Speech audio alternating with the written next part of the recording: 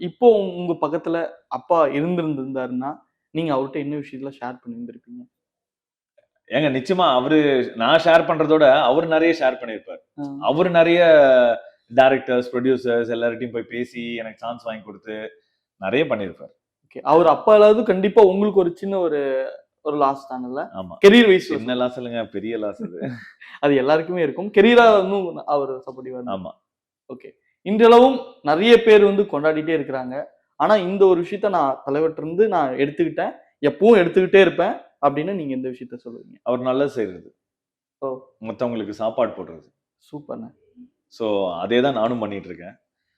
யார் வந்தாலுமே நான் வந்து சாப்பாடு போடுவேன். யார் வந்தாலுமே வந்து நான் வந்து நல்லது பண்ணுவேன். ம், ம்.